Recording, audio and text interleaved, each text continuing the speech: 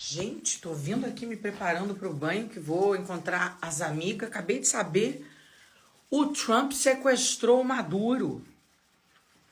Jesus, Maria e José, vocês viram a imagem das explosões? Como é que um presidente sequestra outro? Eu não achei que eu fosse estar viva para ver um negócio desse, não.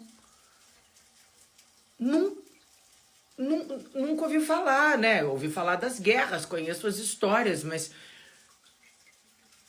tô imaginando a cena do exército americano entrando na Venezuela sequestrando Maduro. Caralho, que confusão, que merda.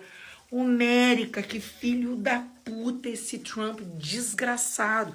Eu detesto o Maduro, mas você não vai na casa dos outros e mata o dono da casa, uai.